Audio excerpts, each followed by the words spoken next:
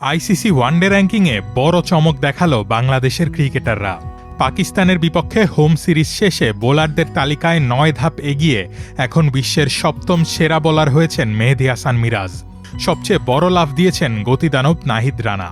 এক লাফে ৬৫ ধাপ এগিয়ে প্রথমবারের মতো ঢুকে পড়েছেন শীর্ষ ১০০ বোলারের তালিকায়।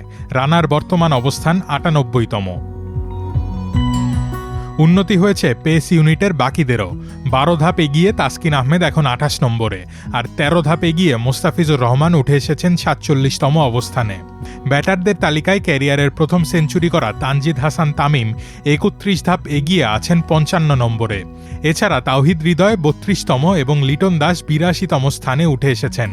সবচেয়ে সুখবর অলরাউন্ডার র্যাঙ্কিংয়ে ২ ধাপ এগিয়ে এখন ওয়ানডে ক্রিকেটের বিশ্বের ২ নম্বর অলরাউন্ডার বাংলাদেশের ওয়ানডে অধিনায়ক মেহেদী হাসান মিরাজ। মিরাজের ঠিক আগের অবস্থানে আছেন আফগান অলরাউন্ডার ওমর জাই।